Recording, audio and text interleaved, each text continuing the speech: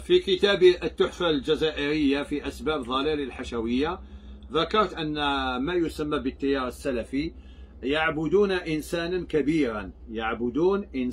كبيرا. ربما تتفاجؤون كيف إنسان يعبد إنسان. نعم، السلفية يعبدون إنسانا كبيرا. لماذا؟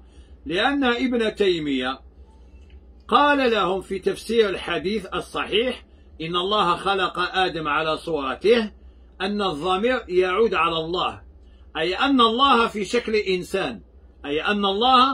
شكل إنسان.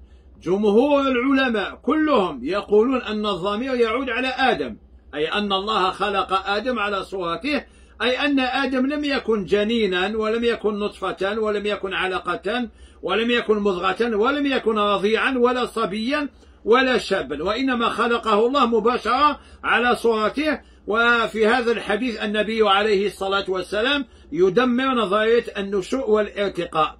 لكن ابن تيمية قال لأتباعه إن الله خلق آدم على صورته، قال الهاء تعود على الله، أي أن الله على شكل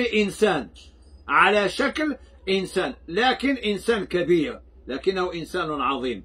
فهذه ليست عقائد السلف، هذه العقائد اليهودية. ولذلك العقيدة اليهودية التي تسربت إلى المعتقد الحشوي هي التي أنتجت العمائم المتصهينة الذين أيدوا عباد العجل ضد المجاهد المسلم الذي يحرر بلده.